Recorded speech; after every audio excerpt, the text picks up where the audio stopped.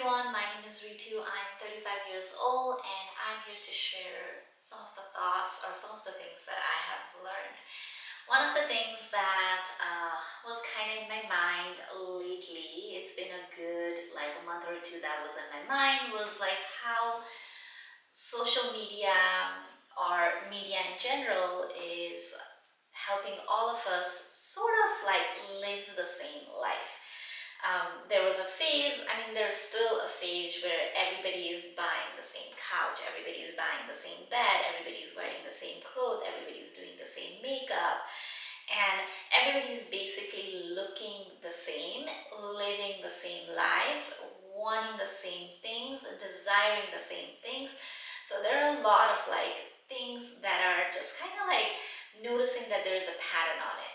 And then I was like doing a little bit of research on it, and I came to find out that there is a thing called mimetic desire. Go ahead and just sort of read the description what mimetic desire is. So mimetic desire.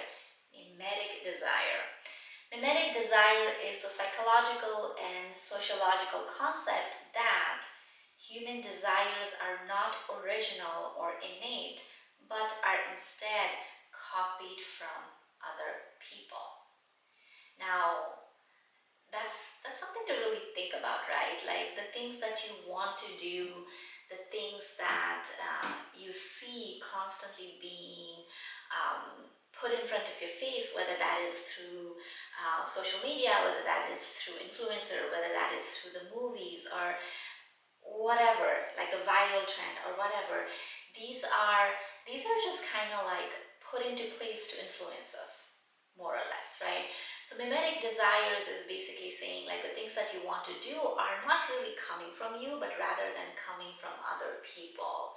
So it's very important in a place like this, it's very important to also sit and think that everything that you want, is it really the thing that you want? That is something that one really has to question. Because if you like, let's say, and again, you can sit in front of your phone and you can see a lot of influencer influencing you a lot of the things, right? A while ago I was really influenced to buy those hot rollers for my hair. Naturally my hair is wavy slash curly, and most of the time I have to spend a lot of time like either ironing my hair or blow drying my hair. And especially in the summer month, I don't want to do those because it's really hot, right? So, and I was like, oh, maybe I could just spend a little money on hot rollers, and I typed in hot rollers on my TikTok, and then there you go, flood of videos, everybody's talking great things about hot rollers, and I really wanted to buy it. But again, I'm on a budget. I can't spend a certain amount of money on certain things when it's not planned. So I didn't end up buying it. But then like there is this desire that like, oh, I want hot rollers, but do I really want a hot rollers, or do I want the hair that those influencers are showing me and how to manage a hair properly? That's what I want, right? So again, like you have to sit and think that everything that you want, is it really coming from within you, or is it coming from somewhere else? Now what that also does is like over time we're constantly like, it again connects to the concept of consumerism, right? We're consuming a lot of things because we think that's what we want. We see all that what we want. We see a lot of like beauty influencers like showing you all these like beauty stuff that they have. They're opening the drawers, they're like 15 to 20 lip glosses and then 30 to 40 blushes. Like, do you really need that? You don't, right? But then again, like we fall into this idea of consumerism that if we tend to buy a little bit more, it's gonna make us happy. But unfortunately, it doesn't, right? Yes, you do need things to use them, and they may give you a little bit of a joy. That is a completely different thing, but you don't need a whole lot of things like that, right?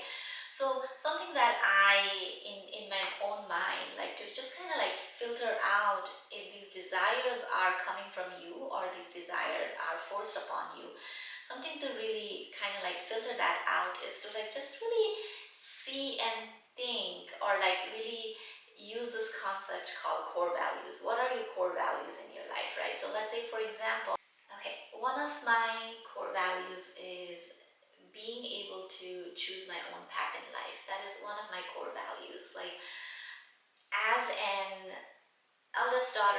an immigrant, I have I have lived my life in a way that a lot of the times that I have to be there for a lot of people.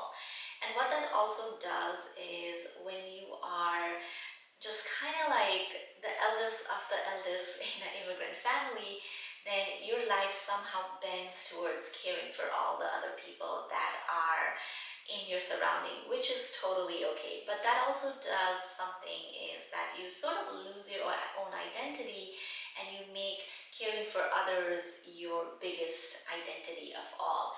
So this is something that I have been really working on, is to build my own identity, see what I really like, see what I don't like, and be able to establish boundaries properly, right? So like let's say if I constantly see influencer or in a media, if I constantly see someone buying a big state where kind of like everybody, all the family member lives in the same place, like that could look very appealing. It would. Psychologically, it would look very appealing to me, and I'd be like, yes, let me work very, very hard so I can basically buy a compound where all of my family members, my in-laws, my own family, they all live in the same place. That's a very wonderful thought to have, but in reality, is it really something that I want?